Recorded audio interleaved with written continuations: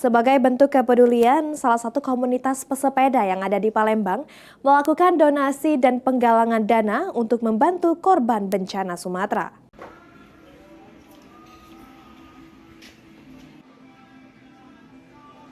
Berangkat dari keprihatinan dan rasa peduli sesama terhadap bencana banjir yang melanda Provinsi Aceh, Sumatera Utara, dan Sumatera Barat, komunitas pesepeda di Kota Palembang lakukan donasi dan penggalangan dana untuk membantu para korban yang terkena bencana.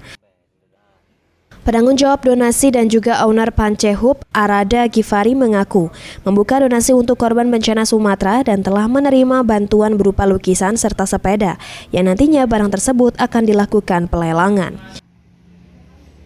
Bantuan kita ini kita dapetin dari teman-teman, ada daripada teman-teman komunitas kita, dari customer kita juga, dari teman-teman yang menyumbangkan berupa barang, contohnya sepeda dan beberapa lukisan yang ada untuk kita lelang gitu. Dan nantinya akan kita jadikan plus money. Nggak lupa juga dari teman-teman komunitas yang mereka berdonasi secara mandiri, diberikan kepada kita berupa uang plus money gitu. Per hari ini update kita dapat dari finance manager kita itu sekitaran 17 juta sudah, alhamdulillah. Apabila ada teman mau bantu dengan sembako atau pakaian itu gimana, Coach?